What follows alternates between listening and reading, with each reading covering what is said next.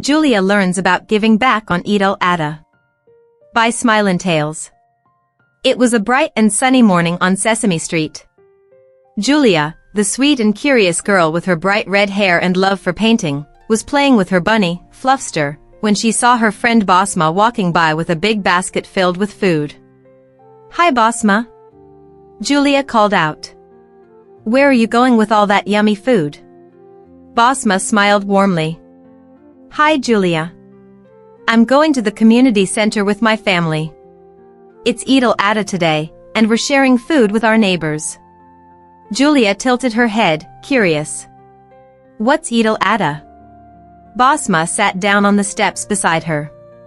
Eid al-Adha is a special holiday for Muslims. It's a time when we remember the story of Prophet Ibrahim, who was willing to give up something very precious because he trusted God. To remember that, families share meat and food with those in need. Julia's eyes widened. "So you give food away?" "Yes," Bosma nodded. "It's about caring for others.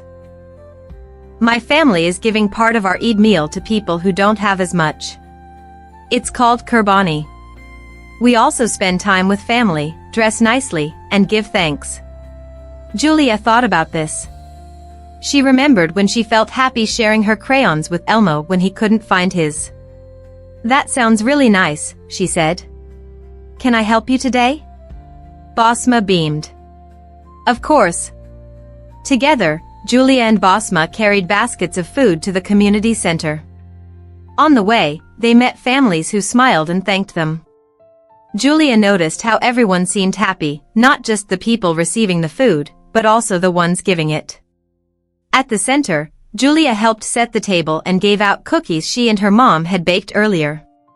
She felt warm and joyful inside. Later that day, Julia sat with her mom and Fluffster in the park. "Mom," she said thoughtfully, "today I learned that giving makes your heart feel full." Her mom hugged her. "That's beautiful, Julia. Helping others is one of the best gifts you can give and receive." That evening, Julia took out her markers and drew a big picture of her and Bosma, surrounded by smiling families and baskets of food. At the top, she wrote in big letters, "Giving back feels good." As the sun set and the stars began to twinkle, Julia knew she had learned something very special. Eid al-Adha wasn't just about celebration, it was about love, kindness, and making the world a better place. Glowing star moral of the story.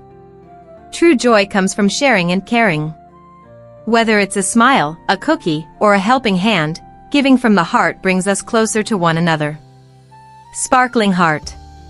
Sparkles. Subscribe to Smilin' Tales for more stories that make hearts smile. Sparkles. The Rain Fairy Cloud with Rain Bedtime Story with Soothing Rain Sounds for Kids. Crescent Moon. Written by Smilin' Tales. Once upon a time, in the soft blue skies high above the clouds, lived a gentle and kind fairy named Raindrop. Everyone called her the Rain Fairy. She wore a sparkling silver dress made of mist and had wings that shimmered like dew on a morning leaf. Her voice was as soft as a whispering breeze, and wherever she flew, a peaceful rain would follow.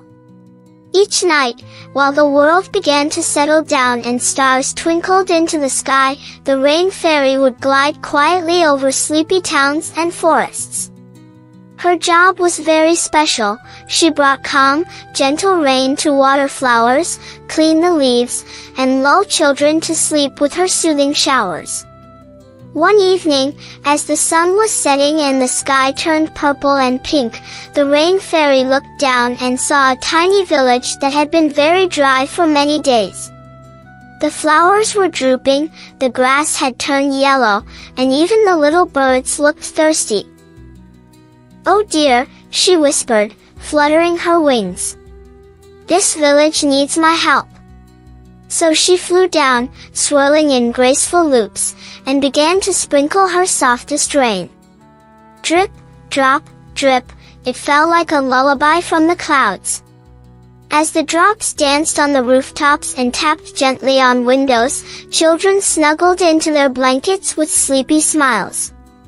The rain pattered softly on leaves and puddled in the garden beds, making the flowers perk up and smile. In one house, a little girl named Lila looked out her window. She loved the rain. Its sound made her feel safe and happy. She whispered, "Thank you, Rain Fairy," and closed her eyes with a yawn. Raindrop the Rain Fairy heard her and smiled. "You're welcome, little one," she whispered through the breeze. She floated past fields where animals curled under trees, feeling cozy and cared for under the soft showers. She visited rivers, gently helping them flow again. Even the trees gave a little sigh of relief as the water soaked into their roots. Everywhere the Rain Fairy went, the earth felt a little cleaner, a little fresher, and a lot more loved. When the rain had done its work, Raindrop gently lifted into the night sky again. The clouds faded, and stars sparkled brightly above the glistening village. The moon smiled down, happy to see everything peaceful again. Raindrop tucked her wings and whispered to the stars, "My job here is done." And just like that, she disappeared into the night mist, ready to help another place in need of calm and care. The village slept peacefully that night, wrapped in the sound of quiet raindrops and the magic of the Rain Fairy's visit. Cloud with Rain Crescent Moon Sparkles. Glowing Star, want more magical bedtime stories? Like, share, and subscribe to Smile and Tales. Sweet dreams. Crescent Moon. Twinkling stars. There was a place called Dreamwheel Garage, a magical home where all kinds of cars lived. From tiny race cars to big, gentle trucks, each vehicle had its own personality and dreams. Every night, as the moon rose high, the cars would begin to wind down from their busy day. Little Rusty the red roadster was the youngest in the garage. He was fast and full of energy, always zooming around the track, imagining himself winning the Grand Dream Prix. But tonight, he felt extra tired. His wheels were dusty, and his headlights blinked sleepily. "Time to rest, Rusty," whispered Grace the gentle golf cart, who loved taking kids on slow, peaceful rides. She hummed a lullaby as she parked beside him. Rusty yawned. "Okay, but just one last lap," he pleaded. "No zooming after moonlight," chuckled Big Blue the tow truck, who acted like a big brother to everyone. Even race cars need their dreams. One by one, the garage grew still. The doors closed softly, the lights dimmed, and the stars above began to shimmer brighter. A soft, relaxing melody played, just like a song made of clouds, and the cars started to dream. Rusty imagined himself in a land made entirely of clouds. He raced along silver ramps, past floating blimps, and waved to moonbeam creatures. He wasn't just fast, he was flying. In his dream, he helped a sad satellite find its way home by zooming through the stars, lighting the path with his shiny headlights. Tina the taxi dreamed of a city made of music, where every honk made a happy note, and the traffic lights danced in time to a lullaby. She gave rides to teddy bears and delivered giggles to sleepy children. Duke the dump truck imagined a mountain made of marshmallows, where he carefully built castles that never crumbled. He was proud and strong, using his big back to help his friends build dream worlds of their own. Each car dreamed a different dream, but they all shared one thing: kindness, courage, and the joy of helping others. Outside, the stars sparkled brighter, as if they were smiling down on the sleeping vehicles. As the night grew deeper and quieter, a soft voice filled the garage. "Rest now, little engines. You've had a full day. Let your wheels dream gently as night floats your way. In the silence of stars and the moon's silver light. You're safe, you're loved, and everything's right." And with that, even Rusty, who was usually the last to fall asleep, snuggled into his parking space and let out a happy sigh. His headlights dimmed to a soft glow as he drifted into dreamland. The Dreamwheel Garage stood still, peaceful and full of dreams. No engines hummed, no horns beeped, only the soft whisper of wind and the lullaby of sleep. Dizzy, thank you for listening to Goodnight Cars, a magical bedtime story brought to you by Smilin' Tales.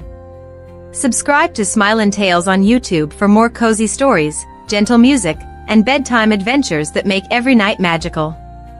Sleep tight, little dreamer. Crescent Moon Sparkles. Big Bird's Journey to the Moon. Written by Smilin' Tales. One bright morning on Sesame Street, Big Bird looked up at the sky and saw the moon still peeking out from behind a cloud.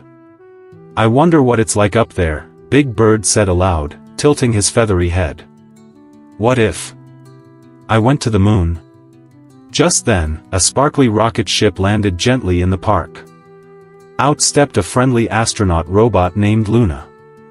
"Hello, Big Bird. I'm Luna, and I heard you're curious about the moon. Want to come on a space adventure?"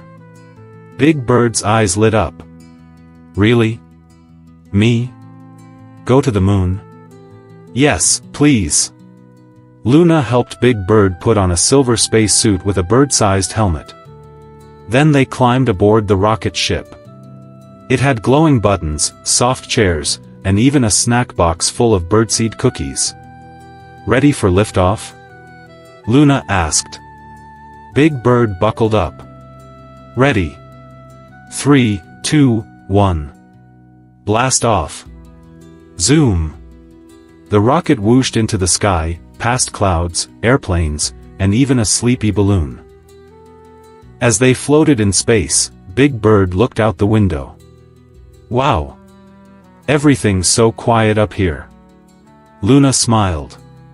"That's because space has no air, so there's no sound like on Earth." Big Bird giggled. "I guess you can't hear anyone singing in space." After a little while, they reached the moon. The ship landed with a soft bump. Big Bird stepped outside and bounced a little with each step. "Whoa! I feel so light." "That's because the moon has less gravity than Earth," Luna explained. "You weigh less here." Big Bird flapped his wings and made a big bounce. Boing! "I'm a moon bird." He looked around. The moon was covered in powdery gray dust and rocky hills. The sky was black, but the earth looked like a big blue marble hanging above. "Look, Luna. I can see home." "Yes. That's Earth. Isn't it beautiful?" As they explored, Big Bird found a shiny rock shaped like a heart. He put it in his moon backpack. "I'm going to show this to Elmo and Cookie Monster." They stopped by a crater. Like a giant bowl in the ground. "Did someone dig this?" Big Bird asked. "Nope. Craters are made when space rocks, called meteoroids, hit the moon," Luna said. "Moon rocks and moon holes. This place is amazing." Then, they saw something strange, a silver box with a flag sticking out. "That's from the Apollo 11 mission," said Luna. "Humans first walked on the moon in 1969. That's over 50 years ago." Big Bird gasped. "That means the moon has visitors sometimes, just like me." They took a break and had some snacks. Big Bird munched his cookies and looked at the stars. "Luna, what's the moon made of?" "It's made of rock and dust. It doesn't have water or air like Earth, which is why we wear space suits. And no birdseed trees either," Big Bird added with a smile. Suddenly, Big Bird noticed a little robot bunny stuck in a crater. "Luna. We have to help." They climbed down carefully and used a rope to lift the robot bunny out. "Thank you," beeped the bunny. "I got lost exploring." "You're safe now," Big Bird said kindly. As the sun started to set over the lunar hills, the sky turned a soft silver color. "It's time to go home," Luna said. Big Bird looked around. "I'll miss the moon. You can always come back in your dreams, or maybe on another rocket ride." Back on the ship, Big Bird waved goodbye to the stars and the moon. As they flew back to Earth, he shared some moon facts with the camera, because yes, Luna had been filming the whole time. Full moon, did you know the moon is about 238,900 miles away from Earth? Full moon, the same side of the moon always faces Earth, it's called the near side. Full moon, and the moon doesn't shine by itself. It reflects sunlight, like a big glowing mirror. Soon, the rocket gently landed back in the park. Big Bird stepped out and saw his friends running over. Big Bird, where did you go? Elmo asked. To the moon. Big Bird said proudly, holding up the heart-shaped moon rock. And I brought a piece of it back for all of you. Everyone cheered, and Big Bird gave Luna a big feathered hug. Thank you, Luna. That was the best adventure ever. As the stars twinkled above Sesame Street that night, Big Bird lay in bed with a smile on his beak, dreaming of craters, stars, and bouncy moon walks. Thanks for joining Big Bird on his journey to the moon. If you liked this adventure, don't forget to like, share, and subscribe to Smile and Tales for more magical stories every week. Satellite, keep smiling and keep exploring. Full moon. The Magic School Bus, Space Adventures. Written by Smile and Tales. It was a bright sunny morning at Walkerville Elementary, and the students of Ms. Frizzle's class were buzzing with excitement. Today's topic was something out of this world, space. Alright, class, Ms. Frizzle said with a big smile. Get ready to explore the solar system. The class cheered. Are we really going to space? Asked Arnold nervously. With Ms. Frizzle, said Carlos. Of course we are. Ms. Frizzle pressed a button on her bracelet, and poof.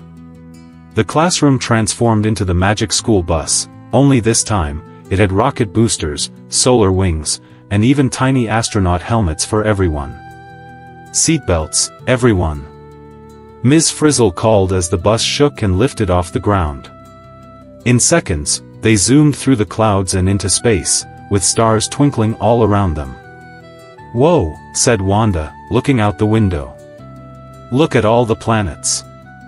Ms. Frizzle pointed to the big glowing ball ahead. That's the sun, the center of our solar system. It's a giant ball of gas that gives us light and heat. Ralphie waved to it. Thanks for keeping us warm, sun. Ringed planet first stop, Mercury. The bus zoomed to a small, gray, rocky planet.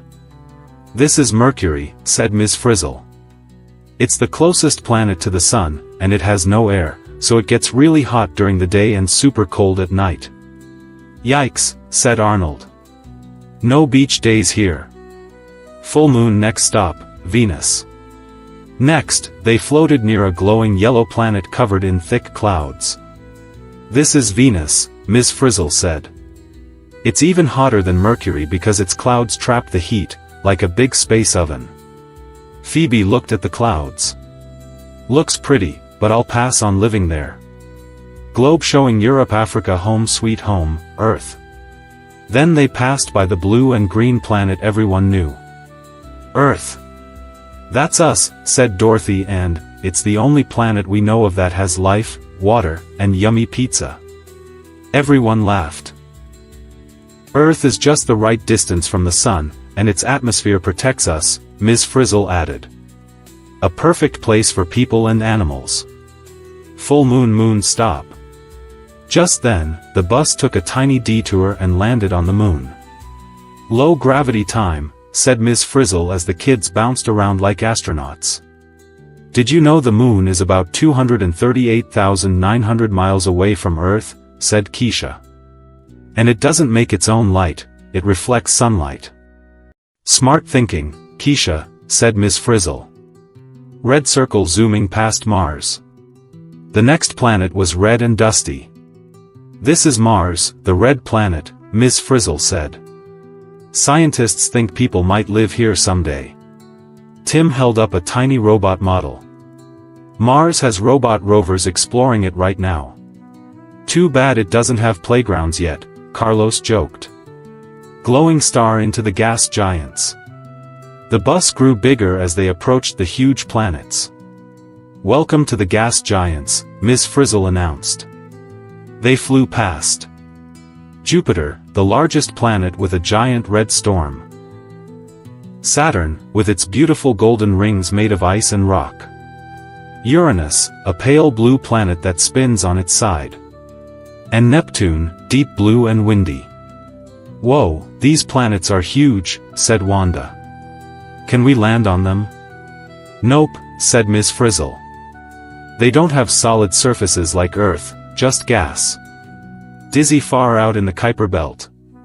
Suddenly, the stars sparkled even more as the bus zipped through a zone full of icy chunks. "This is the Kuiper Belt," said Ms. Frizzle. "It's where dwarf planets like Pluto live." "Poor Pluto," said Ralphie. "It used to be a planet." "It's still special," said Ms. Frizzle. "Just smaller." "Rocket time to head back." "Class," said Ms. Frizzle, "it's almost lunchtime." "Ah," the class groaned. With one last look at the stars, the magic school bus turned around and zoomed past the planets, back toward Earth. "Space is so big," said Dorothy, and we've only seen a tiny bit of it." "That's what makes it magical," said Ms. Frizzle. "The more you explore, the more you learn." Globe showing Europe Africa back in the classroom. The bus landed gently back at school. Everyone removed their helmets and sat down, still in awe. "Let's write down what we learned," Ms. Frizzle said. Here's what the kids remembered. The Sun is a giant ball of gas at the center of our solar system. Mercury is rocky and close to the Sun. Venus is super hot with thick clouds. Earth is our beautiful home. The Moon reflects sunlight and has low gravity. Mars might host humans one day. Jupiter, Saturn, Uranus, and Neptune are gas giants.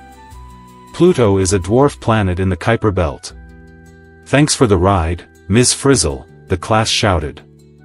Clapperboard closing message. Thanks for coming along on the Magic School Bus, Space Adventures. If you had fun learning with us, don't forget to like, share, and subscribe to Smile and Tales for more magical stories every week. Rocket sparkles, keep smiling and keep exploring the universe. Glowing star.